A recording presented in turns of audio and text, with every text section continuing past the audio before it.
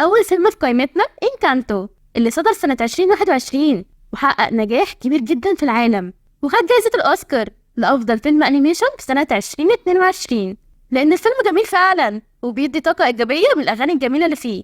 وخلينا نبدأ الفيلم.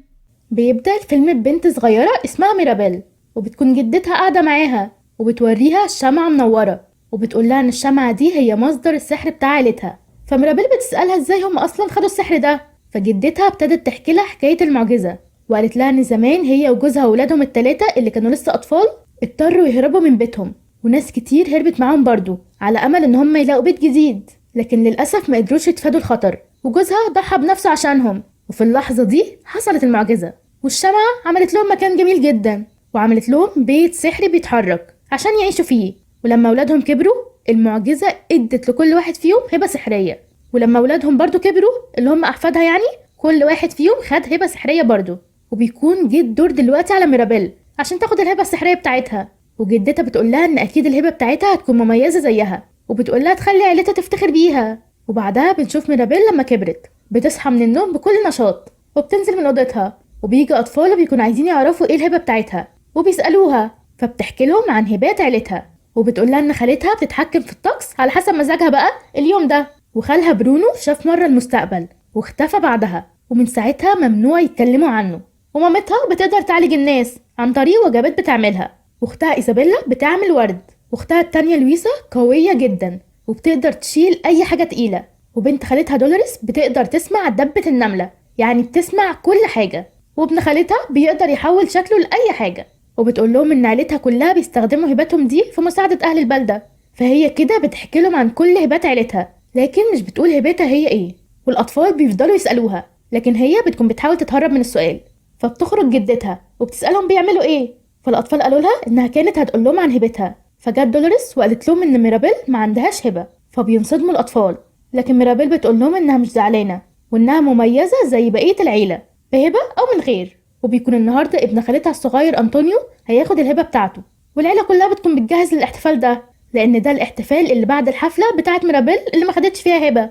وبتدخل ميرابيل عشان تساعدهم، لكن أختها إيزابيلا بتكون متكبرة شوية ومش بتعملها كويس، وبتتريق على أي مساعدة ميرابيل بتحاول تقدمها، لكن ميرابيل مش بتهتم وبتروح تزين المكان. بس جدتها بتيجي فبتتخض ميرابيل وبتوقع شمع على الزينة، فجدتها بتقول لها انها مقدرة انها بتحاول تساعد، لكن هي عايزة الحفلة دي تكون مثالية عشان البلدة كلها معتمدة عليهم، وبتقول لها ما تعملش حاجة تاني وتسيب بقية العيلة يعملوا اللي يقدروا عليه، ودي هتكون أفضل مساعدة ممكن تقدمها. فبتزعل ميرابيل وبتدخل أوضتها، وبيكون أنطونيو قاعد تحت السرير، فبتقول له ما يتوترش عشان كل حاجة هتمشي كويس وإن حفلته هتكون جميلة جدا.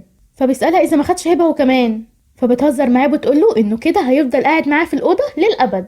فبيقول لها إنه كان يتمنى يكون ليها هي كمان باب يعبر عن هبتها، فبتقول له ما يقلقش عشانها وإنها تكون مبسوطة جدا لو هو خد هبة وبقى ليه الباب الخاص بيه، وبتدي لها بقى على شكل حيوان عشان هو بيحب الحيوانات. وبيجي ميعاد الحفلة وبيوصل أهل البلدة، وبيجي الوقت اللي أنطونيو هيعرف هبته فيه، لكن هو بيتوتر يمشي بين الناس دي كلها لوحده، فبيطلب من ميرابيل تمشي معاه، وبتروح وبيمشوا مع بعض، وهي ماشية معاه بتفتكر يوم الحفلة بتاعتها لما الباب بتاعها اختفى وهي ما خدتش أي قوة سحرية. وبيوصلوا لباب أنطونيو، وأول ما بيلمسه بينور وبيجي طائر وبيكلمه، وأنطونيو بيفهمه، وكده بتكون هبة أنطونيو إنه بيعرف يتكلم مع الحيوانات. ولما بيدخل أوضته بيلاقي أشجار وحيوانات كتير، والناس كلها بتكون مبسوطة إن هما خدوا قوة سحرية جديدة، وجدته بتقوله إنها فخورة بيه. وبعدها العيلة بتتصور مع بعض من غير ميرابيل اللي بتزعل وبتروح تقعد لوحدها لأنها ما قدرتش تخلي جدتها فخورة بيها، وبتتمنى يكون ليها فرصة تانية تاخد بيها قوة سحرية وتكون زي عيلتها. وهي قاعدة بتشوف إن البيت بيتشقق ونور الأبواب والشمع قربوا ينطفوا، فبتجري بسرعة على جدتها اللي بتكون قاعدة بتحتفل في أوضة أنطونيو، وبتقول لها إن البيت في خطر وبتحكي لها على اللي شافته، فبتروح معاها الجدة عشان تتأكد بنفسها، لكن مش بتلاقي أي حاجة من اللي ميرابيل قالت عليها. ولما ميرابيل بتحاول تقول لها إن اللي شافته حقيقي جدتها مش بتسمعها، وبتقول للناس إن البيت كويس جدا ومفيهوش أي حاجة، والسحر كمان قوي جدا، وبيكملوا احتفال تاني. وبالليل ميرابيل بتحاول تقنع مامتها إنها مش بتتخيل وإنها ما كانتش بتحاول تبوظ حفلة أنطونيو ولا حاجة زي ما الناس فهمت، لكن مامتها مش بتقتنع وبتقول لها تروح تنام دلوقتي وترتاح. لكن ميرابيل بتروح عند الشمعة فبتشوف جدتها واقفة عندها وبتكلم صورة جوزها، وبتقول إن المعجزة بتاعتهم ضعفت جدا وخلاص بتنهار، وبتكون عايزة أي حاجة تقدر تعملها تخليها تنقذ المعجزة وعيلتها. فبتقرر ميرابيل إن هي اللي هتنقذ المعجزة. وتاني يوم بتروح لدولوريس وبتسألها إذا كانت سمعت أي حاجة غريبة في البيت. فدولوريس بتقول لها إنها سمعت إن لويسا عينيها بترف طول الليل، وبتقول لها إن مفيش حد أصلا غيرها هي ولويسا اللي قلقانين على موضوع السحر ده، وبيروحوا عشان يفطروا. وبتفضل ميرابيل تحاول تتكلم مع لويسا وبتقول لها إن دولوريس قالت لها إنها عارفة حاجة عن السحر، لكن جدتها بتبعدها عنها عشان بتكون عايزة تقول لهم حاجة. وبتقول لهم إن في واحد اسمه ماريانو هيجي يتقدم لإيزابيلا. وبعد ما بتخلص كلام بتروح ميرابيل تتكلم مع لويسا اللي بتكون مشغولة في الشغل بتاع أهل البلدة، وبتفضل تسألها عن سبب توترها وإنها أكيد عارفة حاجة بخصوص السحر. لكن لويسا بتفضل تقول لها إن مفيش حاجة لغاية ما بتتعصب وبتحكي لنا معاناتها في أغنية، وبتقول إن الحمل كله عليها وإن الناس توقعاتهم عنها دايما عالية ودايما بيدوها هي الشغل وهي بتشيل كل الحاجات التقيلة، لكن ابتدت تحس إنها خلاص تعبت. ولما بتخلص ميرابيل بتحضنها عشان بتحس بيها. ولويسا بتقول لها إنها امبارح لما قالت لهم إنها شافت شرخ في البيت هي حست بضعف، فبتنصدم ميرابيل وبتسألها إيه اللي ممكن يكون بيأثر على السحر. فبتقول لها إنها ما تعرفش، لكن بتقول لها إن برونو قبل ما يمشي شاف نبوءة بشعة جدا، وبتقول لها إن ممكن الإجابة تكون في نبوءة برونو وإنها المفروض تدور في البرج بتاعه عنها عشان ممكن يكون فيها سبب ضعف السحر. بتقول لها تاخد بالها عشان هما ممنوع إن هما يدخلوا المكان ده. وميرابيل ما بتكدبش خبر وبتروح بسرعة وبتدخل أوضة برونو وبتلاقي رمل كتير جدا بينزل. فبتطلب من البيت السحري إنه يوقف الرمل ده، لكن بتكتشف إن سحر البيت ملوش تأثير جوه الأوضة دي. فبتقول إنها لازم تعمل كده عشان عيلتها، وبتنزل في الرمل وبتلاقي سلالم كتير جدا وبتفضل تطلع لغاية ما بتوصل أخيرا وبتشوف مكان فبتدخله. لكن أول ما بتدخل الباب بيقفل وبتشوف في الأرض حاجة بتنور لونها أخضر، فبتبدأ تجمعهم وتلحمهم في بعض. ولما بتجمع 3 قطع بتشوف صورتها، ولما بتجمعهم المكان بيفضل يتشقق، فبتخاف وبتلم القطع وبتشيلهم في شنطتها وبتجري بسرعة عند الباب اللي بيكون مقفول. لكن الرملة بتفتحه وبتطلع ميرابيل بره وبتخرج من الأوضة وبتشوف جدتها. وبتيجي لويسا وبتقول لهم إنها لما خلصت الكلام مع ميرابيل حست إن قوتها ابتدت تضعف وفضلت تعيط. فالجدة بتقول لميرابيل تبعد عن لويسا وما تتكلمش معاها في حاجة وبتمشي. وبعدها ميرابيل بتحاول تسأل خالتها عن برونو عشان بتكون عايزة تعرف أي معلومة عنه، لكن خالتها مش بترضى وبتقول لها إن هما مش بيتكلموا عن برونو. لكن جوز خالتها بيدخل وبيحكي لها إن برونو كان بيشوف المستقبل، ولما كان بيقول لهم أي حاجة وحشة هتحصل كان بتحصل فعلا.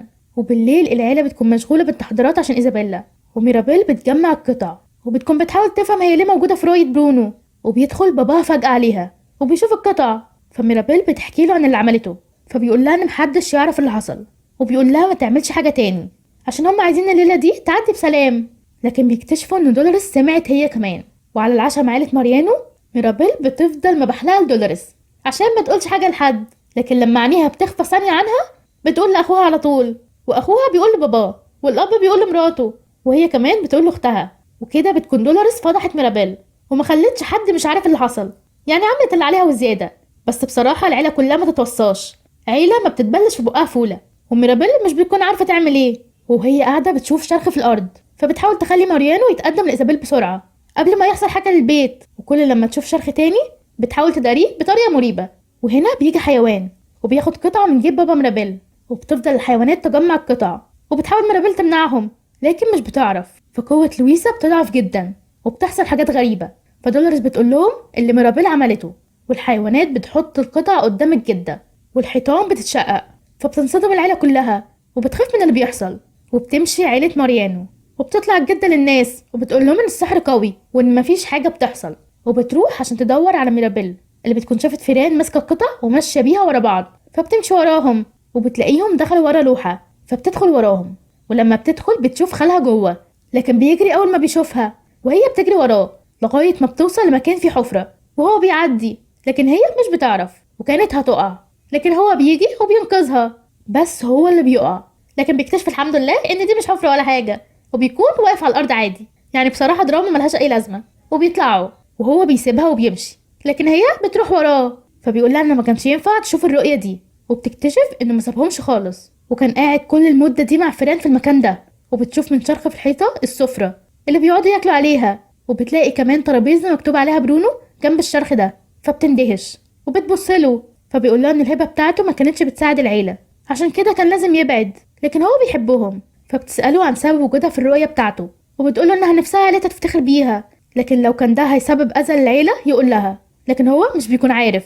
وبيقول لها ان اليوم اللي كان المفروض انها تاخد هبة فيه جدتها كانت قلقانة على السحر، فقالت له شوف المستقبل وهو شايف ان السحر في خطر والبيت بينهار. وبعدها شافها، لكن الرؤية كانت بتتغير وما كانش فاهم معناها ايه، وعشان كده هو مشي عشان لو حصل حاجة الناس هتقول ان هو السبب. وقال لها انه شايف ان مصير العيلة معتمد عليها، فهي بتطلب منه انه يشوف نبوءة تانية عشان يفهموا اكتر، لكن هو مش بيكون موافق وبيقول لها انها دمرت الكهف بتاع النبوءات بتاعه وهو محتاج مكان واسع. فبيجي انطونيو وبتكون الفيران هي اللي قالت له على اللي ميرابيل بتعمله، وبيقول لهم ان هم يقدروا يستخدموا الاوضه بتاعته. وميرابيل بتقول لبرونو ان هم لازم يعملوا كده عشان يساعد العيله، وبيروحوا فعلا الاوضه وبيقعد برونو عشان يشوف المستقبل، وبيمسك ايد ميرابيل وبيشوفوا النبوءه اللي شافها قبل كده. لكن زياده عليها ان هم بيشوفوا ان الشمعة نورها بيزيد لما بتحضن واحده، وهم بيشوفوا انها ايزابيلا. فبتتعصب ميرابيل وما بتكونش فاهمه هتساعد الشمعة ازاي يعني لما تحضن ايزابيلا اللي اصلا هما مش بيتفاهموا مع بعض خالص. فبرونو بيقول لها ان المعجزه والعيله معتمده عليها،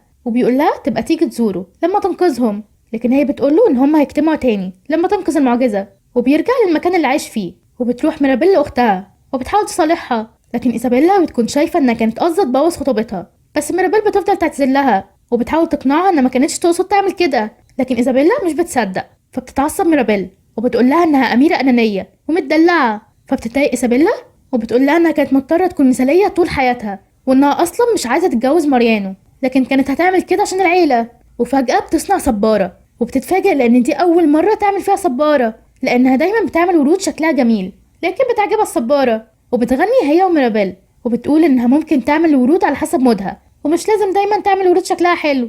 وبيفضلوا يرقصوا مع بعض ويغنوا وبيحضنوا بعض. فبتشوفهم جدتهم وبتروح لهم، وبتتعصب على ميرابيل لانها خلت ايزابيلا تبهدل هدومها وتبهدل البيت بالالوان. فميرابيل بتقول لها انها بتحاول تنقذ المعجزه والشقوق، لكن جدتها بتقول لها ان الشقوق بدات معاها وان برونو مشي بسببها، ولويسا بتفقد قوتها بسببها، وهي ما تعرفش ليه ما خدتش هبه، لكن ده مش مبرر انها تاذي العيله. فبتزعل ميرابيل وبتقول لها انها مهما تعمل مش هتكون كويسه بالنسبه لها، وان لويسا مش هتكون قويه كفايه ولا ايزابيلا هتكون مثاليه كفايه، وان برونو ساب العيله ومشي عشان هي شافت الأسوأ فيه بس. فالجدة قالت ان برونو ما كانش مهتم بالعيله. فميرابيل قالت لها ان برونو بيحب العيله وان هم كلهم بيحبوا العيله، لكن هي الوحيده اللي مش مهتمه بالعيله وهي اللي هتدمر بيتهم، وان المعجزه بتتدمر بسببها. وبيبدا البيت يتشقق وبتكون الشمعة هتقع. فبتجري ميرابيل عشان تلحقها، والبيت بيطلع بقيه العيله بره، وبتفضل ميرابيل جوه وبتقدر تاخد الشمعة فعلا، والبيت بيقع لكن بيقدر يحمي ميرابيل ومفيش حاجه بتقع عليها،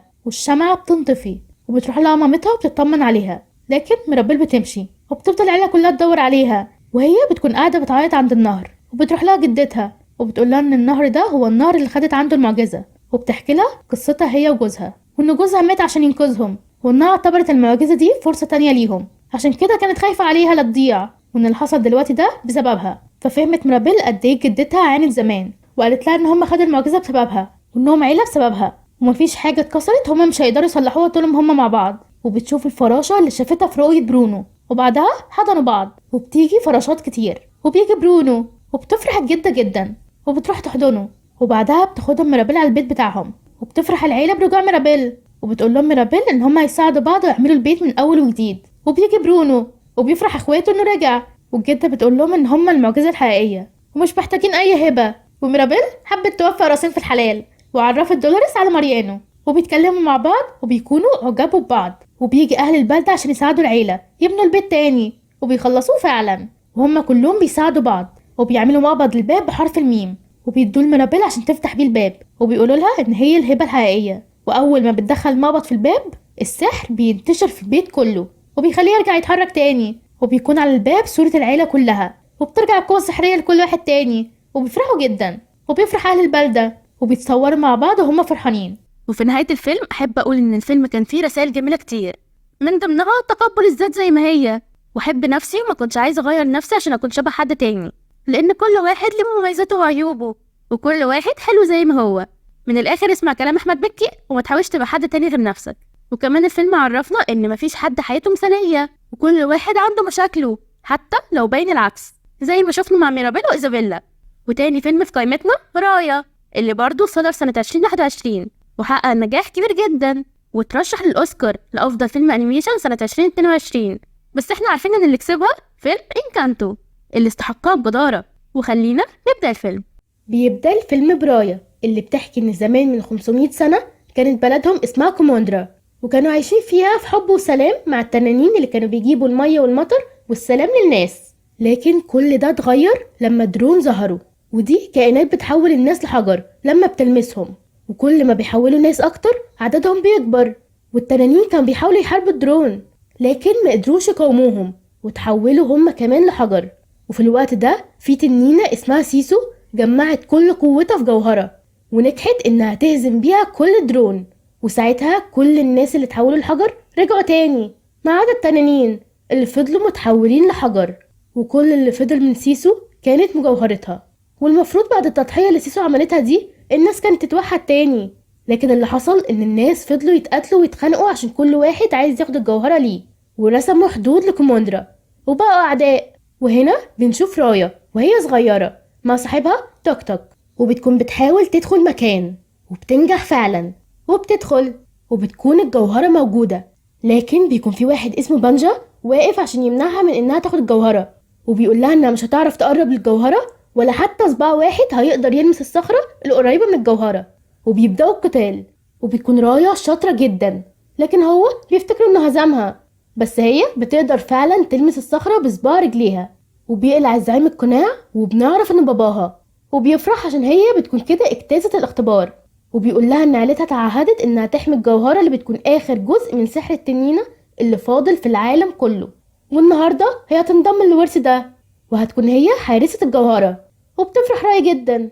وباباها بيقول لها ان الاراضي التانية هتيجي دلوقتي لارضهم، وبيسألها تعرف ايه عنهم، فبتقول له ان تيل ارض صحراوية، وتالنت فيها سوق بيشتري بالصفقات والمقاتلين الشاطرين، وسباين غابة متجمدة بيحرسها محاربين، ورابع واحدة فانج ودي تعتبر ألد أعدائهم، وبرضو الناس اللي فيها مقاتلين شاطرين.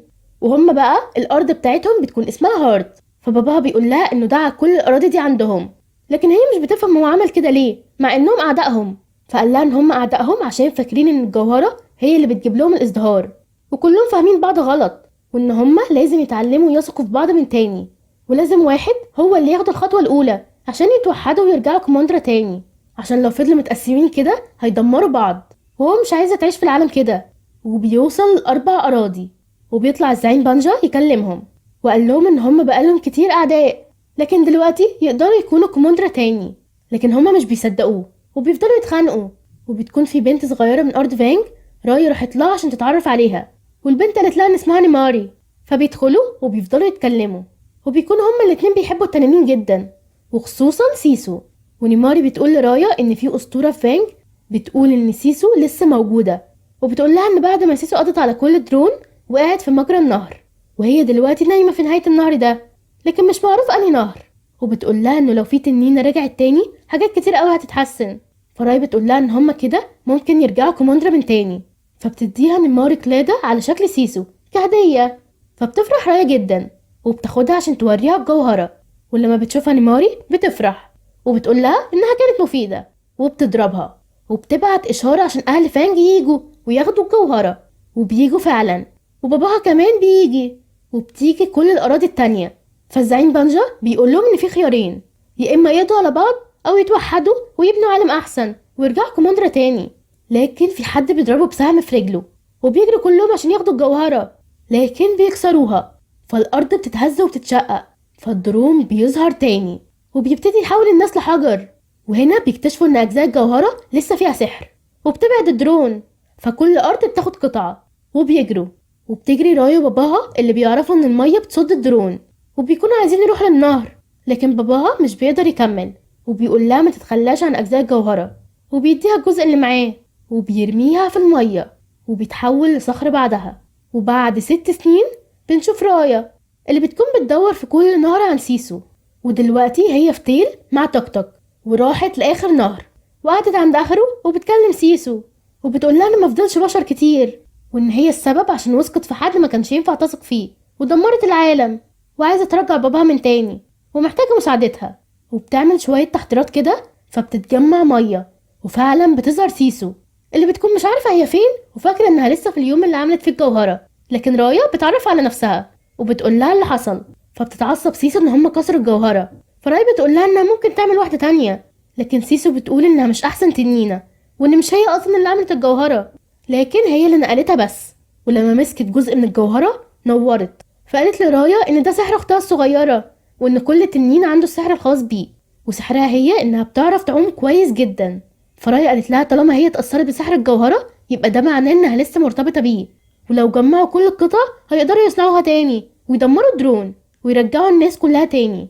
وبتكون نيماري بتدور على رايا اللي بتحكي لسيسو على اللي حصل بعد ما كسر الجوهرة، وبتقول لها ان كل زعيم من زعماء الأراضي الخمسة خد قطعة من الجوهرة وان هما لازم يجمعوهم. وبيبدأوا بزعيم التيل وبيروحوا للمكان اللي عايشة فيه، وبتكون عاملة فخاخ كتير جدا عشان محدش من الناس يدخل ويسرق الجوهرة، لدرجة انها اتحبست في الفخاخ دي وماتت. فرايا بتاخد منها جزء الجوهرة، واول لما سيسو بتلمسها بتتحول لإنسانة، وده بيكون سحر اخت ليها برضو. فبتفرح لانها كده مش هتضطر تتنكر تاني. وبتيجي نيماري وبتسأل رايا اذا كانت فعلا بتدور على سيسو، وبتتريق عليها وبتكون هتقبض عليها، لكن بيقدروا يهربوا وبينطوا في المية. وبيدخلوا سفينة بيكون عليها ولد اسمه بون، وبيكون قاعد في السفينة لوحده وعاملها مطعم. فرايا بتقوله يوديهم على تالون، لكن هو مش بيرضى عشان هو مش عامل السفينة تاكسي، فبتديله فلوس فبيوافق. وبتنزل سيسو تزوق السفينة عشان طبعا بتكون ماشية ببطء جدا، ورايا بتقول للولد ان صاحبتها شاطرة في العوم، وهو صدقها. سبحان الله، براءة الأطفال فعلا. وبعدها بتقول لسيسو ترجع لشكل البشرية تاني عشان الناس كانت هتموت بعض على جوهرة، فايه اللي هيعملوا بقى لو لقوا تنينة حقيقية؟ فبتتحول تاني وبتقول لها ان نيماري اللي هربوا منها دي هي اللي دمرت العالم. وبالليل بون بيتكلم عن الدرون وبيسأل هما جم ازاي اصلا. فسيسو بتقوله ان هما جم من فتنة البشر، وكانوا موجودين ومستنيين لحظة ضعف عشان يهجموا، وكل واحد فيهم قال ان هما حولوا عيلته الحجر وبيوصلوا لتالون. ورايا بتقول لسيسو ان تالون فيها حرامية كتير، وبتقول لها تستنى في السفينة عشان هتكون أأمن ليها، وهي هتجيب الجوهرة وهتيجي على طول. وهي رايحة بتشوف طفلة قاعدة لوحدها، فبتروح لها وبتشيلها، لكن بيجي 3 حيوانات وبيسرقوا جوهرتين، وبتطلع الطفلة معاهم وبتضرب رايا وبتجري. فاكرين براءة الأطفال؟ اهي دي بقى ما تنطبقش عليها خالص. ونرجع لسيسو اللي بتكون بتفكر ان هما لازم يجيبوا هدية لزعيم تالون عشان يتكلموا معاه ويرضى يديهم الجوهرة، لكن بيكون مش معاها فلوس. فبون بيقول لها انها ممكن تدفع ببطاقة الائتمان، فمش بتفهم سيسو. فبيقول لها انه زي الوعد كده تاخد الحاجة اللي عايزاها وتدفع بعدين. فبتفرح وبتروح وبتاخد حاجات. فبيجوا صحاب المحلات وبيتعصبوا عليها عشان هم ما يعرفوهاش اصلا عشان تدفع بعدين. فبتقول لهم ان صاحبتها رايا معاها فلوس، وبتتلخبط وبتقول ان هم كمان معاهم قطعتين من جوهرة التنينة. فبتيجي واحدة كبيرة في السن وبتبعدهم وبتاخدها. وفي الوقت ده بتكون رايا بتجري ورا الطفلة والحيوانات اللي معاها وبتمسكهم وبتاخد منهم الجوهرتين، وبعدها بتعرض عليهم فلوس عشان يساعدوها يشتتوا حراس الزعيم، وبيوافقوا وبيروحوا يشتتوهم. وبتدخل رايا فعلا وبتشوف واحد وبتفتكره الزعيم، لكن بيقول لها ان الزعيم اتحول لحجر وان جه مكانه زعيم شرس جدا وهو اللي معاه الجوهرة دلوقتي. وبتكون سيسو قالت للست العجوزة انها كانت عايزة تشتري هدية للزعيم وعايزة تروح له، فبتقول لها الست انها هتوديها لبيته، لكن بتوديها بره المدينة خالص. وبيكون في درون هناك وبتهددها ان لو ما قالتش على مكان الجوهرتين التانيين هتسيبها للدرون. وسيسو مش بتصدق وبتقول لها انا واثقة فيها. وفجأة بتدخل عليهم رايا وبتاخد الجوهرة من الست وبيهربوا. وبتكون القطعة دي فيها قوة الضباب بتاعت اخو سيسو. وبعد كده بيرجعوا للسفينة وبيلاقوا البنت الصغيرة وال3 حيوانات هناك، وبتكون رايا هي اللي جابتهم ياكلوا عشان ساعدوها. ونروح لنماري اللي بتقول لمامتها اللي رايا بتعمله، وبتقول لها انها عايزة تجمع الجيش وتروح توقفها عند ارض سباين عشان تاخد منها قطع الجوهرة، ومامتها بتوافق. ونرجع للمركب اللي بتكون رايحة لسباين، وسيسو بتقول لرايا ان البشر بيكذبوا عشان يوصلوا اللي هم عايزينه. فرايا بتقول لها ان ما ينفعش تثق في حد، وان باباها كان فاكر انه ممكن يثق في بقية الاراضي ويقدروا يرجعوا كوموندرا تاني. فسيسو بتقول لها ان هم ممكن يحاولوا تاني، لكن رايا بتقول لها انها حاولت مرة وكانت النتيجة ان العالم اتدمر وبيوصلوا لسباين. فسيسو بتاخد اكلة وبتجري وراها رايا، وسيسو بتقول لها انها تثبت لها ان هم ممكن يثقوا في بعض. لكن اول ما بتخبط على الباب بيقعوا في فخ وبيتكتفوا، وبيدخل عليهم راجل وبياخد ال3 جواهر، لكن بيدخل بقية الفريق وبيكتفوه وبيفكوهم. وبتيجي نيماري هي وجيشها وبتطالب شعب سباين ان هم يسلموا رايا والا هيهاجموهم. لكن رايا بتكتشف ان كل شعب سباين اتحولوا لحجر وما فضلش غير الزعيم. فبتقرر رايا انها تطلع لهم وتلهيهم على ما فريقها يهرب، وبتقول للزعيم يساعدهم على الهرب وهو بيوافق.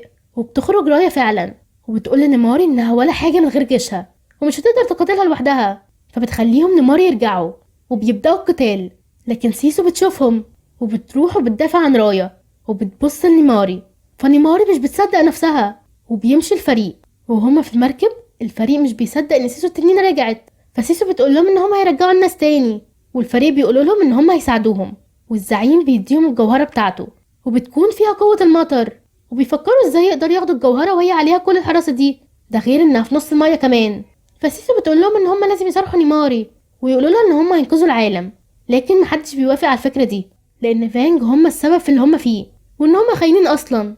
فسيسو بتاخد رايا الهارت وبتوديها المكان اللي اخواتها التنانين يتحولوا فيه الحجر، وبتحكي لها اللي حصل في اليوم ده، ان التنانين كلها اتحولت لحجر ما عدا هي واخواتها الاربعه، وكان الدرون متجمع حواليهم وهم واقفين على صخره محوطاها ميه، ورفضوا الهزيمه، وكل واحد حط السحر بتاعه وعملوا جوهره وادوها لها هي، وهي ما تعرفش ليه اختاروها هي عشان تقطع الدرون، لكن هي وثقت فيهم وهم وثقوا فيها، ولما وثقوا فيها ده خلاها اقوى، وقالت لها ان ممكن يحصل كده مع نيماري برضو، وان هما كده مش هيرجعوا باباها بس، لا كمان هيرجعوا كوموندرا. فبتوافق رايا، وهنا بنشوف نيماري اللي بتروح لمامتها وبتقول لها ان شافت سيسو وانها ممكن ترجع الناس كلها تاني، لكن مامتها بتقول لها ان الشعوب التانية بتلومهم على اللي حصل، لكن هما لو معاهم قطع الجوهرة وكمان سيسو هيسامحوهم، وانها هتاخدهم من رايا.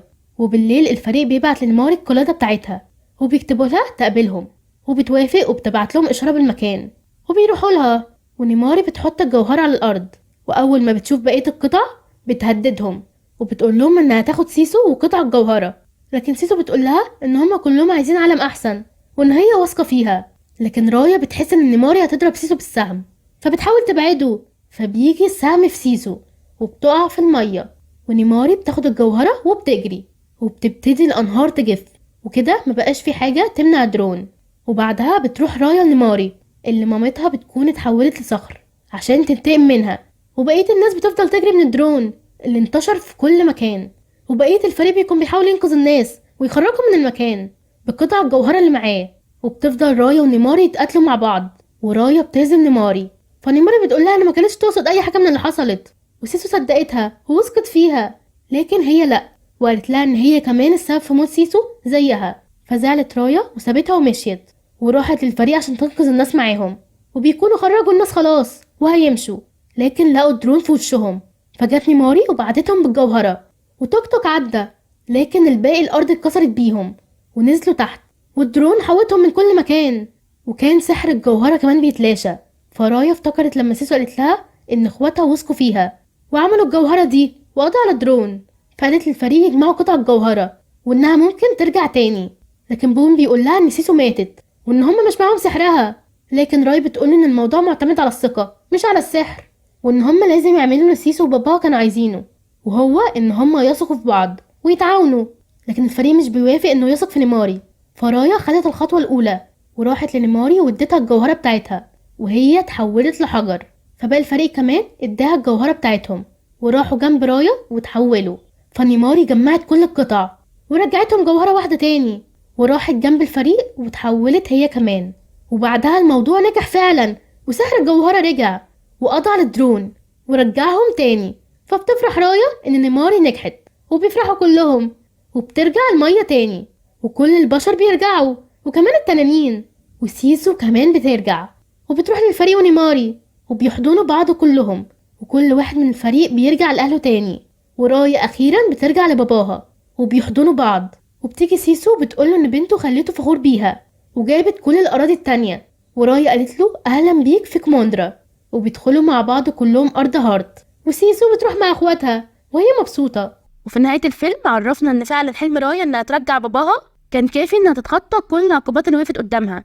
واخر لقاء بينهم على الرغم من صعوبته بالنسبة لها كان هو الحافز اللي حركها وخلاها تكمل، وفعلا نجحت انها مش بس تنقذه، لا دي انقذت الناس كلها والتنانين كمان. وبرضه شفنا في الفيلم اجمل مثال للتضحية في سبيل الناس اللي بتحبهم زي ما شفنا مع سيسو.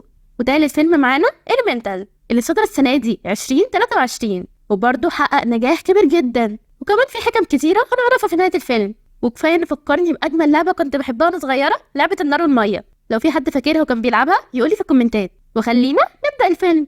بيبدأ الفيلم بولد وبنت هما في مركب ورايحين على مدينة اسمها مدينة العناصر، وبينبهروا بيها وبجمالها، وكل العناصر عايشة مع بعضها في حب، بس اللي بنشوفه ان هما مش محبوبين قوي لأنهم نار طبعا، الباقي بيخاف منهم بس هم عندهم خوف تاني وكره جامد للمية. هي معروفة من زمان، القط ضد الفار والمية ضد النار. شفنا ان القط قدر يعيش مع الفار ويبقوا صحاب في بعض حلقات توم وجيري. هل هذا الفيلم هيغير الانطباع ده برضه ولا ايه؟ ده اللي هنشوفه في الفيلم ده، فابقوا معنا للنهاية. وهنا بنشوفهم لقوا بيت حلو جدا وقعدوا فيه وخلفوا فيه بنت جميلة سموها أمبر. وبتكبر أمبر شوية شوية وبيعرفها باباها كل حاجة، وبيقول لها ان اللهب الأزرق ده اللي بيحافظ على تقاليدهم وبيديهم القوة. وهنا بيبدأوا يبنوا حياتهم بجد وبيفتحوا محل فيه كل حاجة أي نار بتحتاجها. وباباها بيقول لها ان في يوم من الأيام المحل ده هيبقى بتاعها لما تكون جاهزة. وبتعدي الأيام وبتكبر أمبر وهي بتحاول تثبت لباباها انها خلاص جاهزة، بس لسه اليوم ده مجاش عشان أمبر بتتعصب قوي وما بتتحكمش بعصبيتها وبتعمل كوارث. فبعد ده أكيد هي لسه مش جاهزة انها تدير المحل لوحدها، بس باباها بيديها فرصة انها تدير المحل لوحدها بكرة، ولو اليوم عدى من غير ما تفقد أعصابها ساعتها فعلا هتكون جاهزة وهيسلمها كل حاجة. فبتفرح أمبر جدا وبتوعده انها مش هتخذله. وبيطلع النهار وبتبتدي أمبر تظبط كل حاجة للزباين وبتفتح المحل وبتفضل تحاول ما تتعصبش من الزباين اللي كل واحد فيهم بيعمل حاجة أغبى من التانية. بس لما كلهم بيتجمعوا عليها بتتعصب قوي وبتكون خلاص هتفرقع، فبتجري بسرعة بعيد عنهم وبتطلع كل عصبيتها فبتهدى. بس اللي هي عملته ده خلت كل الأنابيب تتكسر وبتطلع عليها مية من كل حتة، فبتفضل تحاول تقفلهم وبتنجح. بس بعد ما بتكون المية غرقت المكان وفجأة بتشوف حاجة بتمشي في المية وبيطلع ولد اسمه واد وبيكون عمال يعيط بسبب ومن غير سبب. هو علشان من المية فدمعته قريبة وعلى طول على خده، حساس قوي الولد يعني. فأمبر بتوقف الهبل ده وبتسأله ايه اللي جابه هنا، وهو ما بيكونش عارف. هو مفتش بلدية وكان في تسريب بيدور عليه، ففجأة اتشفط ولقى نفسه هنا. فبتتعصب أمبر وبتطرده وبتبقى عايزة تنضف كل ده قبل ما باباها يجي ويشوفها. بس ويد بيشوف أنبوبة وبيقول لها إنه هيضطر يكتب غرامة عشان الأنبوبة دي غير مطابقة للوائح بتاعتهم. فأمبر بتترجى ما يعملش كده عشان باباها تعب في المكان ده، هو بنى كل حاجة من الصفر لوحده. اللي هي قالته ده بجد أمثل حاجة تتطبق عليه مثل جت كحالها عمتها، عشان كده المكان ده كله اتعمل من غير تراخيص، وهو هيضطر برضه يقفل لها المكان.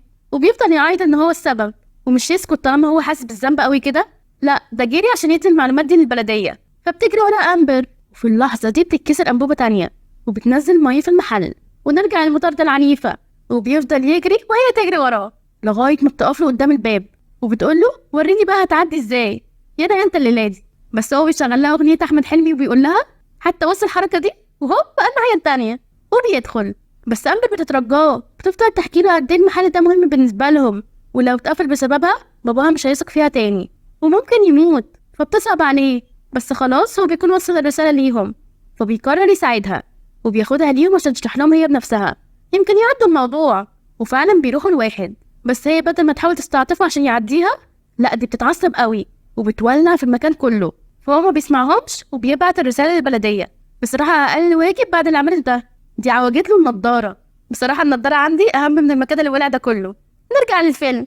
هو بيقول لها إن المحل بتاعها هيتقفل خلال أسبوع، فبترجع للمحل وهي زعلانة وبتلاقي باباها ومامتها بيحاولوا يصلحوا الأنابيب اللي عمالة تنقط من كل حتة، وبيسألها إذا كان الولد بتاع البلدية هو اللي عمل كده. فبتكتب عليه وبتقول له أيوة، وهي مش عارفة هو إزاي دخل الأنابيب وبتقوله إنها جريت وراه وملحقتهوش. وبيستغرب باباها إن في مية في الأنابيب أصلا عشان البلدية كانت قفلت عنهم المية من سنين. وهنا أمبر بتوعد باباها إن مفيش حاجة هتحصل لمحلهم. ونروح لويد اللي بتفاجئ بأمبر في وشه وبتقول إنها عايزة تكلم رئيسته في الشغل. فبيقول لها إن اسمها جين وهي مش جاية عشان فريقها المفضل هيلعب النهاردة وهي هتتفرج عليه، فبتطلب منه تروح معايا عشان تقابلها. وفعلا بيروحوا سوا وبتتكلم معاها أمبر وبتحكي لها اللي حصل. فبتستغرب إن في مية دخلت أصلا عندهم، فبتقول إن أكيد في تسريب وبتديهم لغاية يوم الجمعة لو عرفوا المية دي بتتسرب منين وإزاي وقفلوها هي هتقطع الغرامة وخلاص وكأن مفيش حاجة حصلت. بس لو معرفوش هتضطر تقفل المحل وبتسيبهم وبتمشي. فبتفرح أمبر إن لسه في أمل وبترجع هي وويد لمحلها وبيطلعوا على السطح وبتعمل أمبر منطاد وبيسيروا بيه عشان يدوروا على مصدر المية جاي منين. وفي الطريق بتشوف أمبر مكان وبتحكي لويد عنه إنه وهي صغيرة باباها خدها هناك وكان نفسها تشوف الزهرة اللي بتعيش في أي حتة حتى في النار، بس الأمن منعهم من الدخول عشان الكل كان خايف منهم. وبعد فترة المية غرقت المكان وإنها كده اتحرمت من الفرصة الوحيدة اللي كان ممكن تشوفها فيها، فبتضايق ويد عشانها جدا وبيحاول يخفف عنها. وهنا أخيرا بيوصلوا لمصدر التسريب وبتكون البوابة مكسورة وهي دي اللي بتدخل عليهم المية. بس الغريبة إن مفيش مية الناحية التانية أصلا، ولسه مخلصوش الجملة فجأة سفينة كبيرة بتعدي ومن حركتها بتزق عليهم مية كتيرة جدا، فبيخافوا وبيجروا وبيلحقوا يمسكوا. بس كده المية داخلة على مدينة النار، فبتتصرف أمبر وبتشوف كذا شوال من الرمل، فبتمسكهم وبتحدف واحد واحد لود اللي بيحاول يقفل بيهم البوابة، لغاية ما أخيرا بيقفلوها مع بعض. ومن هنا ابتدوا يعجبوا ببعض، فبتشجع ويد وبيعزمها تخرج معاه بكرة وإنه هيستناها عند السينما الساعة 3. بس هي بتبتسم وما بتردش عليه وبتمشي. وتاني يوم أول ما بتيجي الساعة 3 بتتحجج أمبر لباباها بأي حاجة وبتخرج بسرعة وبتروح وبتقابل ويد اللي أول ما بيشوفها بيعيط. أنا بعد كده هسمي ويد أحاسيس. عارفين مسلسل كده الحموات كانت مسمية جوز بنتها أحاسيس عشان بيغني، أهو ده بجد اللي ينفع عليه أحاسيس، مرة في الحس قوي يعني. وهنا بيبدأوا بقى يتفسحوا مع بعض ويتصوروا. هي الصور مش ألطف حاجة بس مش مشكلة، بيقضوا في الآخر يوم جميل وبيحبوا بعض أكتر. وبنشوف التطور اللي حصل لأمبر، ما بقتش تتعصب زي الأول، وباباها بيشوف التغيير ده وبيفرح بيها. وأمبر وويد بقوا يخرجوا مع بعض كتير، وكل واحد فيهم بيتفاجئ بقدرات التاني وبالحاجات اللي يعرف يعملها، وكله بيبقى تمام. لكن فجأة بنشوف إن البوابة ابتدت تسرب تاني، ونرجع للمحل اللي الأنبوبة اتكسرت تاني وبتدخل عليهم مية، وكانت هتدفن لها بالأزرق بس أمبر بتلحقه وبتقفل الأنبوبة. وفي اللحظة دي بتيجي طلبية ورد الأمبر، وبتتفاجئ لأنها بتشوف ويد في المية بتاعة الورد، فبتاخده وبتجري بيه لجوه، وبيطلع وبيقول لها إن الرمل مستحملش وسرب، وبيتوتروا هما الاتنين عشان خلاص بكرة الجمعة وهم لازم يلاقوا حل. وفجأة بيدخل عليهم باباها وبيشوف ويد وبيعرفه، فبيتعصب عليه لأنه فاكر إن هو اللي بدأ كل ده وهو اللي كسر الأنابيب. بس أمبر بتضحك على باباها وبتقوله إن ده واحد تاني، ده مفتش أكل. وباباها بيقتنع بس بيكون كارهه برضه، وبيقوله طالما أنت مفتش أكل تعالى فتش بقى، وبيأكله أسخن الحاجات عنده، يعني طلع كل انتقامه من المية اللي ضايقوه في حياته في أحاسيس الغلبان. بس بصراحة ويد كان واخد وضعية أتألم ولا أتكلم، وبيخرج في صمت. وبعدها بتروح هي ويد عشان يجيبوا رمل زيادة، بس ويد بيقول لها إن الموضوع مش هينفع وإنها لازم تصرح باباها. فبتتضايق أمبر وبتقول إنها على طول بتعمل مشاكل لباباها وإنه تعب من كتر الشغل وكان المفروض يستريح وهي تدير المحل مكانه، بس هي بتبوظ كل حاجة، فما ينفعش دلوقتي تيجي كمان وتقول له على كل اللي عملته وإن محل أحلامه ودنيته كلها يتقفل بسببها. وهنا بنشوف إن الرمل اللي هي قاعدة عليه اتحول لإزاز.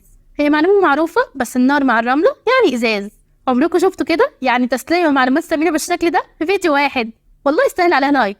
نرجع للفيلم. أمبر بتمسك إزاز وبتشكله على شكل وردة، ومن هنا بتجيلها فكرة إزاي تقفل البوابة، وبيروحوا للبوابة وبتقف أمبر وبتسخن كل الرمل وبتحوله لإزاز وبتعمل منه سد للبوابة. الموضوع يعدي عادي؟ لا طبعا. أحاسيس عيط كالعادة من جمال المشهد.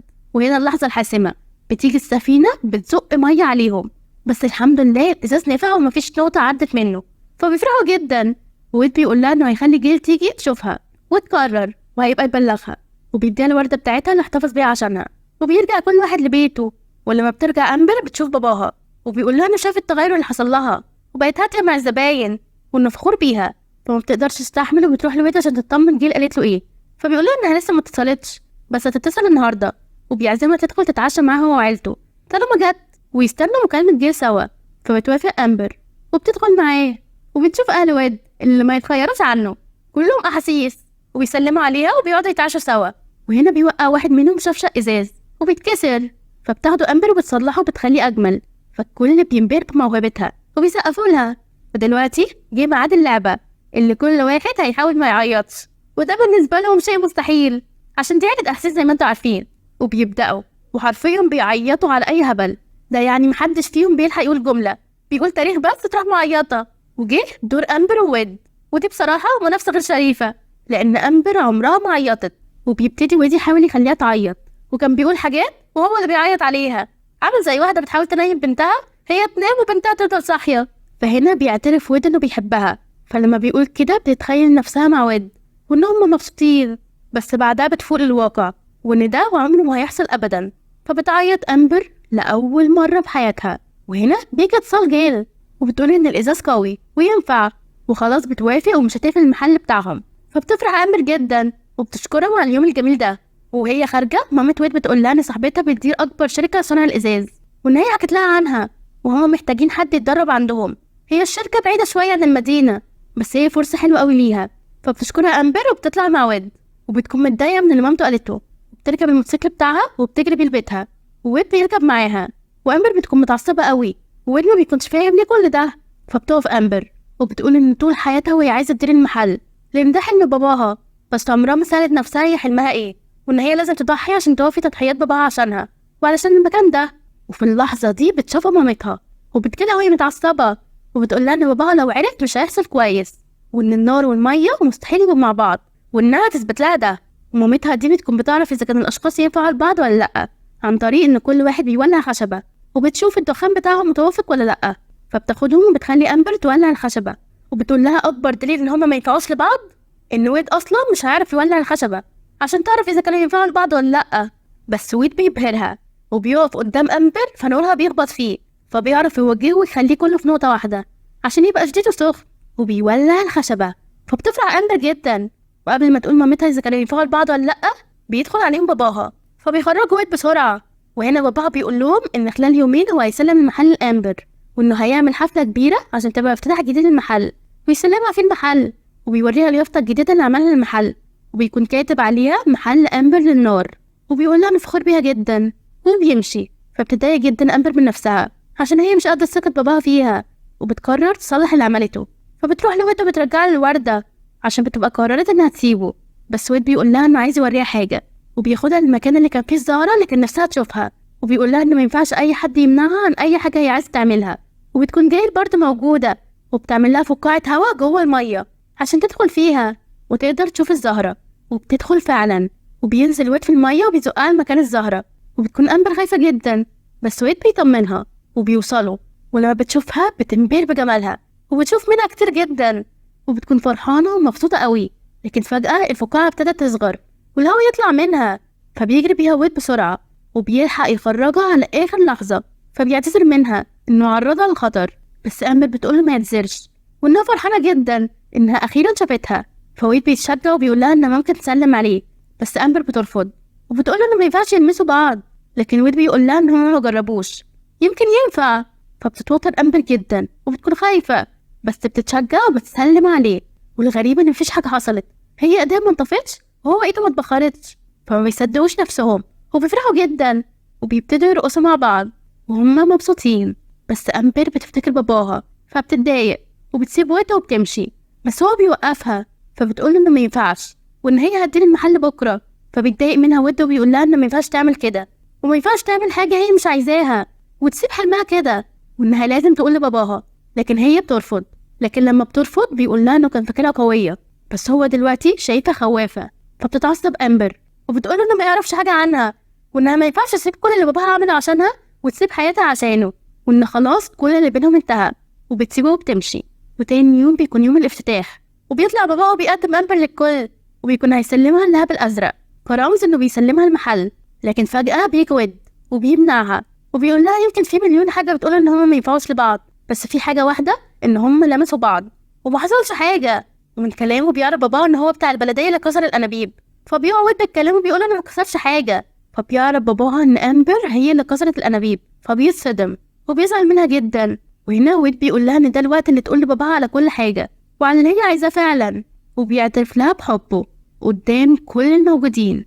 بس امبر بتقول له انها ما بتحبوش، وفي اللحظه دي بتتدخل مامتها وبتقول ان ده مش حقيقي، وان دخانهم بيقول ان هما بيحبوا بعض وينفعوا لبعض. لكن برضو امبر بتصمم وبتقول لها انها غلطانه وبتطرد ويد، فبيسيب لها الورده وبيمشي وهو زعلان. وهنا باباها بيقول لها انها مش هتدير المحل، فبتزعل امبر جدا وبتروح تقعد لوحدها وبتتعصب وتكون هترمي الورده، لكن ما بتقدرش. وفجاه بتشوف البوابه اتكسرت وان الميه داخله قويه جدا على مدينه النار، فبتجري على اهلها وهي ماشيه بتفضل تحذر في الناس. وفي نفس الوقت بيكون ويد هيسافر عشان ينسى اللي حصل، وعيلة احاسيس مش هتضيع الفرصه دي، وبيفضلوا يعيطوا.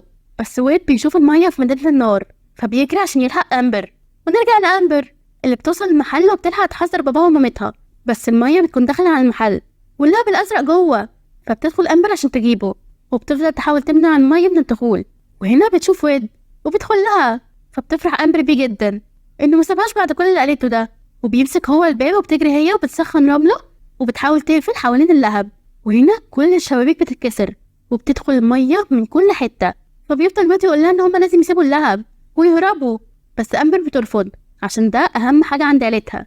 وهنا الميه بتكسر الازاز وبتزقها وبتتحبس جوه مكان، وبتفضل المية تدخل عليها، لكن ويد بيكون دخل برضه ولحق اللهب وحطه جوه مصباح. فبتشكره أمبر وبتروح تقفل الأماكن اللي بتسرب مية، بس كده المكان بيكون حر جدا على ويد وابتدى إنه يغلي.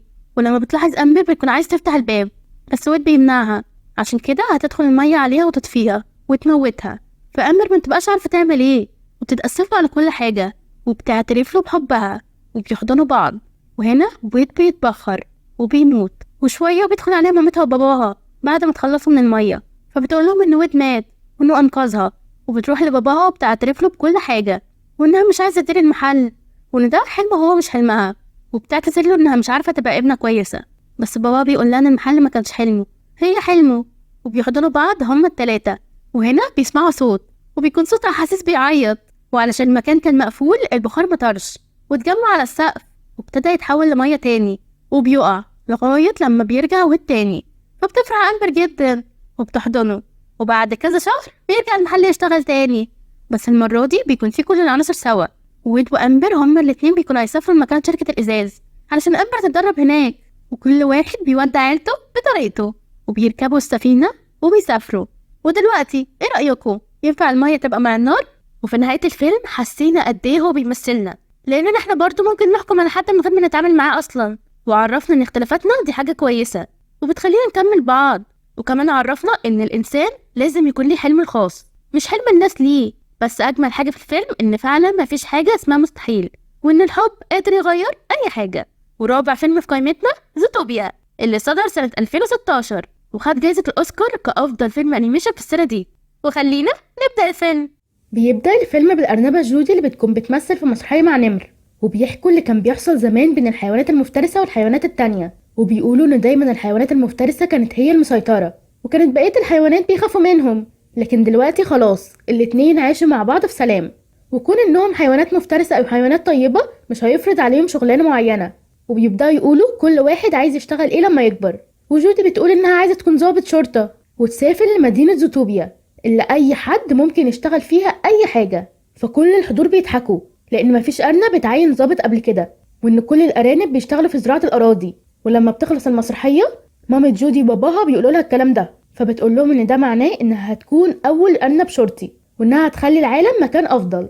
وهنا بتشوف ثعلب بيضايق صحابها وواخد منهم التذاكر بتاعتهم، فبتروح له وبتقوله يرجع لهم التذاكر، لكن مش بيرضى وبيتريق عليها عشان عايزة تكون شرطية، وبيقول لها تبعد عنه عشان هو ثعلب ومن الحيوانات المفترسة، وإنهم اتعودوا ياكلوا الحيوانات اللي زيها، وغريزة الافتراس لسه موجودة في الدي ان ايه بتاعهم. لكن هي بتقوله إنها مش خايفة منه، فراح زقها ومخربشها وقال لها إنها مش هتكون أي حاجة تانية غير مزارعة بتزرع جزر. ولما مشي رجعت التذاكر لأصحابها وقالت لهم إنها ما تعرفش الاستسلام. وبعد 15 سنة بنشوفها انضمت لأكاديمية الشرطة في زوتوبيا، وبتكون هي الوحيدة الأرنبة اللي هناك، وبتفضل تتدرب وبتفشل كتير جدا، لكن بتصمم إنها تنجح وبتتدرب تاني أكتر لغاية ما بتنجح أخيرا. وبعدها بنشوفها والعمدة بيعينها شرطية في مركز زوتوبيا، والناس كلها بتهنيها ومساعدة العمدة بتكون فرحانة بيها. وبعدها باباها ومامتها بيقولوا لها إن هم فخورين بيها لكن خايفين عليها برضو عشان زوتوبيا مدينة كبيرة وبعيدة، وبيحذروها من الحيوانات المفترسة لأن الافتراس في الدي ان ايه بتاعهم، وبيفكروها باللي حصل مع الثعلب لما كانت صغيرة. لكن هي بتقول لهم إن هو كان شخص مش كويس وده صادف إنه ثعلب، لكن في أرانب برضو مش كويسة، فبيقولوا لها تاخد احتياطها برضو وبيدوها طارد الثعالب، فبتاخده وبيوصل قطر زوتوبيا، فبتحضنهم وبتركب القطر، وهي في القطر بتتفرج على جمال مدينة زوتوبيا وهي مبسوطة، وبتوصل الأوضة بتاعتها.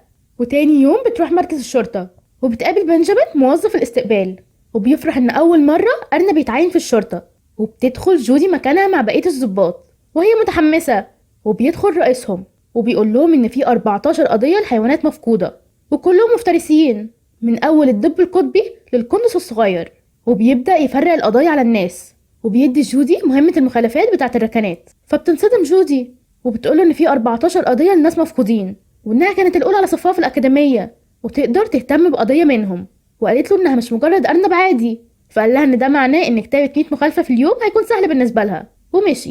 فبتتعصب وبتقول إنها هتكتب 200 مخالفة مش 100 بس، وكمان هتخلصهم قبل الظهر، وبتبدأ تدي مخالفات للناس بكل حماس، وفعلا بتقدر تكتب 200 مخالفة قبل الظهر. ولما بتخلص بتشوف ثعلب داخل محل فبتدخل وراه عشان تراقبه عشان بتكون شاكة فيه. فبتشوفه بيطلب مصاصة لابنه الصغير، لكن البياع بيكون مش عايز يديله حاجة وبيقول له يروح لأي محل ثعالب. لكن الثعلب بيقول ان ابنه بيحب الفيلة وعايز يكون واحد منهم لما يكبر، وهو مش عايز يحطم أحلامه. فبتتأثر جودي وبتروح للبياع وتقول ان العمال بيشتغلوا من غير ما يلبسوا جوانتي، وان دي تعتبر مخالفة، لكن هي ممكن تعديها له لو ادى المصاصة للثعلب. فبيوافق البياع، لكن الثعلب بيكتشف ان نسي المحفظة بتاعته، فبتدفع جودي بداله وبيشكرها الثعلب. فجودي بتقوله انها بتتضايق لما بتشوف تصرفات الناس مع الثعالب، وبتقوله انه اب عظيم. فبيشكرها الثعلب وبيقول لها ان اسمه نيك، وهي بتقوله جودي، وبيمشوا.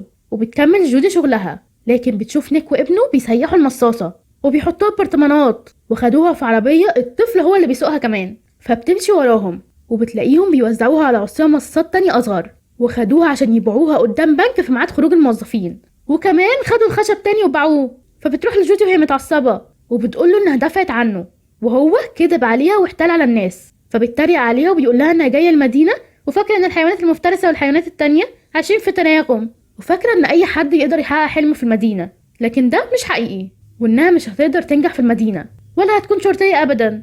فبتروح وهي زعلانه وبتكلمها عيلتها، وهي بتقول لهم ان اليوم كان جميل جدا، وهم بيلاحظوا انها بقت شرطيه مرور بسبب لبسها. فبيفرحوا لان هي كده هتبقى في امان. وتاني يوم بتكمل شغلها في المرور وهي متضايقه، لكن في واحد محله بيتسرق، فبيروح وبيستنجد بيها عشان هي شرطيه. فبتفرح وبتروح تجري ورا المجرم، وبتفضل تجري وراه لغايه ما بيدخل في مكان سكن القوارض، وبيفضل يجري وبيحتف شكل دونت كبيره، وكانت هتيجي على واحده. فجودي بتنقذها وبتقبض على الحرامي وبتوديه مركز الشرطه، لكن رئيسها مش بيهتم وبيتعصب عليها لان ده مش شغلها، وان مهمتها هي المخالفات، وانها قبضت على حرامي اصلا سارق بصل، لكن هي بتقوله ان ده مش بصل وانه نوع من انواع الزهور. وبتدخل عليهم واحده وبتقوله ان جوزها قيمت مفقود بقاله 10 ايام وهو بائع زهور. فالرئيس بيقول لها ان المحققين كلهم مشغولين، لكن هي بتقول انها محتاجه حد يدور عليه. فجودي بتقول لها انها هتلاقيه. فبتفرح مدام قيمت جدا وبتحضنها وبتديها صورته. فبيطلع الرئيس مدام قيمت بره وبيطرد جودي وبيقول لها تطلع تقول للمدام انها شرطيه مرور ومش هتاخد القضيه. واول ما بيفتح الباب بيلاقي مساعده العمده عرفت ان جودي هتمسك القضيه، وراحت بعتها خبر المحافظ ومشيت. فالرئيس بيقول لجودي ان قدامها 48 ساعه عشان تلاقيه، لكن لو ما نجحتش هتستقيل.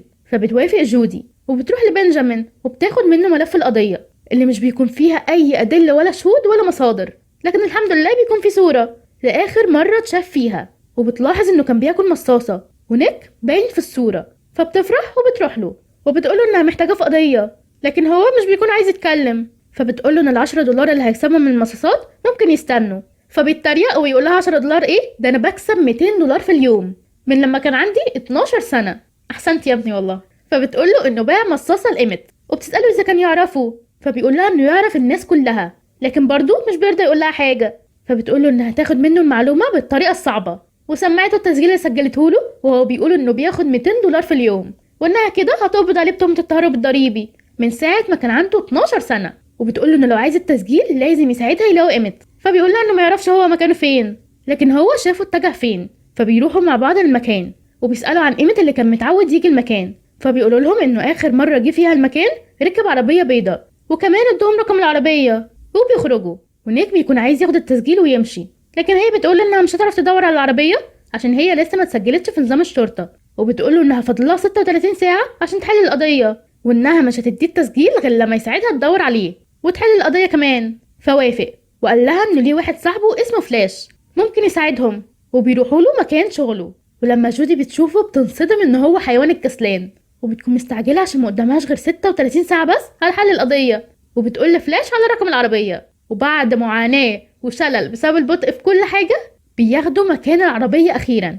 وجودي مش بتصدق نفسها من الفرحه، بس طبعا بيكون الليل قايل عليهم. وبيروحوا لمكان العربيه وبيدخلوها وبيلاقوا فرو دب قطبي ومحفظه قيمت. فبيعرف نيك ان العربيه دي بتاعت اكتر زعيم شرس في المدينه، فبيخاف وبيقول لها ان هم لازم يمشوا من هنا بسرعه عشان الراجل ده مش بيحبه. لكن بيقبض عليهم دبين وبياخدوهم لصاحب العربيه اللي بيطلع في الاخر صغير قوي. وجودي بتقوله انها شرطيه وهتعرف هو عمل ايه لقيمت وانها مش خايفه منه. فالزعيم بيقول للدببه يرموهم في الميه المتلجه. وفي اللحظه دي بتدخل بنت الزعيم اللي بتكون جودي انقذتها لما كانت بتجري ورا الحرامي، وبتتعرف على جودي وبتقول لباباها ان جودي هي اللي انقذتها فبيشكرها الزعيم وبيقرر انه يساعدها تلاقي ايمت. فبيحكي لها وبيقول لها انه بيشتري ورد من ايمت، وفي يوم ايمت كان عايز يتكلم معاه في حاجه، فهو بعت له عربيه بسواق، لكن ايمت اتجنن وفضل يخربش في العربيه، والسواق خاف جدا منه وبعدها اختفى. فجودي مش بتفهم ايه السبب اللي خلى ايمت يعمل كده، لكن الزعيم قال لها ان هم حيوانات وهيفضلوا حيوانات مهما اتطوروا، وبيقول لها تروح تسأل السواق لو عايزه معلومات اكتر. فبيروحوا له فعلا، وبيقول لهم ان ايمت كان راكب معاه عادي وفجأة اتجنن وهجم عليه، لكن قبل ما يقول حاجة تانية اتجنن هو كمان وفضل يجري وراهم.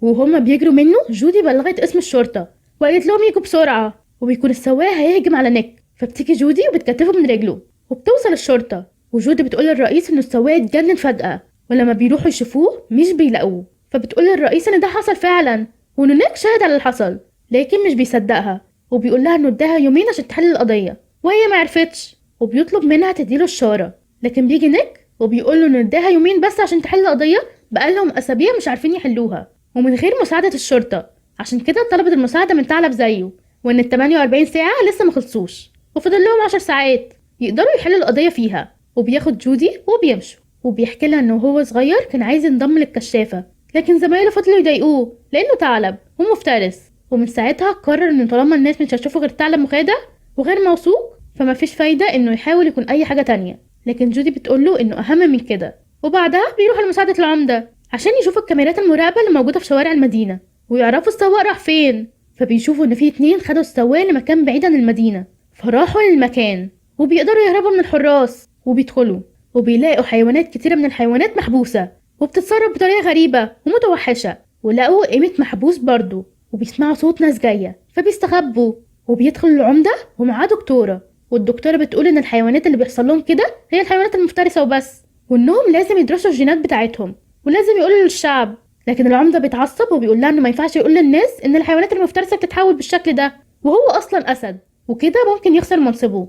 وبتكون جودي بتسجل اللي بيحصل، وفجأة تليفونها بيرن، فبيخرج العمدة والدكتورة بسرعة وبيقولوا للأمن يفتش المكان، وبيتحبس نيك وجودي جوه القفص، لكن بيقدروا يهربوا بس بطريقة مش ظريفة بصراحة، يعني كان أحسن لهم يسلموا نفسهم بدل اللي حصل ده. وبعد كده بيبلغوا الشرطة وبتيجي فعلا وبيقبضوا على العمدة اللي بيقول لجودي ان هم لسه ما يعرفوش سبب اللي حصل للحيوانات دي وممكن يكونوا خطر على المدينة كلها. وبعدها عملوا مؤتمر صحفي عشان جودي تجاوب على أسئلة الصحفيين بخصوص القضية، لكن قبل ما بتطلع تتكلم بتشكر نيك وبتقول انها محتاجة شريك معاها، وبتديه ورقة تعيينه في الشرطة وبتديه كمان التسجيل. وبعدها بتطلع تتكلم مع الصحفيين وبترد على أسئلتهم، وبتقول لهم ان الحيوانات اللي بيحصل لها كده هم المفترسين بس، وان ممكن جيناتهم تكون هي السبب في كده. وقالت ان الحيوانات المفترسة قاومت غرائز الافتراس عندهم، والظاهر ان هم ابتدوا يرجعوا للوحشية دي تاني لسبب مجهول. ولما بتخلص بتروح لنيك اللي بيكون مصدوم من اللي جودي قالته وبيزعل منها، وبيقول لها انه كان فاكرها مختلفة، وبيديها ورقة تعيينه عشان ما ينفعش شريكها يكون حيوان مفترس، وبيسيبها وبيمشي. وبتنقسم المدينة قسمين بسبب اللي جودي قالته، الحيوانات المفترسة وبقية الحيوانات، وبتكون الحيوانات خايفة تتعامل مع الحيوانات المفترسة، ومساعدة العمدة بتتعين العمدة الجديدة، وبتكون عايزة جودي تكون واجهة الشرطة، لكن جودي مش بترضى لأنها بتشوف إنها دمرت المدينة، وبتديها شارتها وبتستقيل وبتمشي، وبترجع تشتغل مع عيلتها في زراعة وبيع الجزر.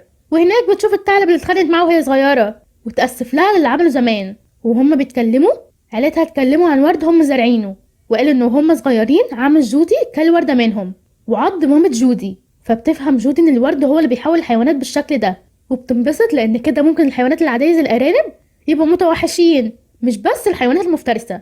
وبتروح للنك وبتحكي له اللي عرفته، وبتقوله إن كده ممكن يكون في حد قاصد يعمل كده وبيستهدف الحيوانات المفترسة بس، وبتتأسف له على اللي عملته، وبتقوله إنها لازم تصلح اللي عملته وإنها مش هتنجح من غيره، فبيسامحها. وبيروحوا مع بعض للحرامي اللي جودي قبضت عليه، وبتسأله كان هيعمل إيه بالورد ده، لكن مش بيرضى يتكلم، فبياخدوه عند الزعيم وبيهددوه إن هم هيرموه في المايه المتجمدة عشان يعترف، فبيخاف وبيقول لهم إنه باعهم لواحد اسمه دوج. فبيروح نيك وجودي المكان دوج اللي بيكون قطر، وبيشوفوا ورد كتير جدا من نفس النوع ده، وبيلاقوه بيملاها في سائل وبيحطها في كبسولة وبيحطها في مسدس، وبيجيله مكالمة بتقوله عن حيوان المفروض يحولوه، وبيخبط الباب، فبتجري جودي وبتزق دوج بره القطر عشان بتكون عايزة تاخد الأدلة كلها لمركز الشرطة، لكن نيك بيكون عايز ياخد المسدس والطلقة بس، لكن جودي بتسوق القطر عشان تاخده كله للمركز، بس العصابة بيقدروا يدخلوا وبتحصل خناقة ما بينهم، وفي الآخر القطر بيتقلب وبينفجر، لكن نيك وجودي بينجوا هناك بيكون خد المسدس بالطلقة اللي فيه كدليل، فبتفرح جودي وبيجروا عشان يروحوا للشرطة. لكن بتيجي العمدة وجودي بتحكي لها، فالعمدة بتقول لها انها فخورة بيها وبتكون عايزة تاخد منها الشنطة، لكن جودي بتشك فيها وبتسألها هي عرفت مكانها ازاي، وبيكونوا هيمشوا، فالعمدة بتخلي الحراس يجروا وراهم وبيزقوهم في مكان وبتحبسوا فيه. الواحد بعد ما شاف المشهد ده حس بجد بجملة مفاجأة، مش كده؟ وهنا العمدة بتضرب نيك بالطلقة بتاعة الورد وبتبلغ الشرطة عن وجود ثعلب متوحش، فبيبدأ نيك يتحول وجودي بتجري منه، وبتفضل العمدة تضحك. فجودي بتقول لها ان خطتها في انها تخلي الحيوانات تخاف من الحيوانات المفترسة وهي تفضل في الحكم دي هتفشل، لكن العمدة بتقول لها ان الخوف دايما بينجح وانها تحول كل الحيوانات المفترسة في زيتوبيا عشان خطتها تنجح. وهنا نيك بيعض جودي، بس فجأة بيصدموها جودي ونيك بانهم خدعوها وبدلوا الطلقة بتوت، وكمان سجلوا الاعتراف بتاعها، وبتيجي الشرطة وبتقبض عليها وبيصنعوا علاج للموضوع ده، والحيوانات بترجع لطبيعتها تاني. ونيك بيتعين في الشرطة وبيكون أول ثعلب ينضم للشرطة برضه، والرئيس بيديهم مهمة إن هم يقبضوا على شخص بيسوق بسرعة جدا في المدينة، وبيطلعوا يدوروا عليه وبيلاقوه فعلا وبيطلع فلاش، ودي بتكون مفاجأة للناس كلها، طلع اسم على المسمى فعلا. وفي نهاية الفيلم ده عرفنا إن مفيش حاجة مستحيلة طول ما أنت بتجتهد وبتحاول تحققها، ومفيش أحلام مستحيل تحققها، وإن حتى لو ربنا ما وفقكش في الحاجة اللي أنت بتحلم بيها فهو أكيد شايلك الأحسن المناسب ليك، بس أنت كل اللي عليك إنك تسعى، لأنك هتتحاسب على السعي مش على الوصول. وفي نهاية الفيديو أحب أشكر كل واحد كمل الفيديو ووصل لحد هنا، ولو عجبتكم نوعية الفيديوهات دي وحابين نعمل منها تاني عرفوني في الكومنتات، وقولولي أعمل فيديوهات عن أفلام تاني، وما تنسوش اللايك والسبسكرايب لو عجبكم الفيديو. وشكرا لكم على المشاهدة، وأشوفكم الفيديو الجاي.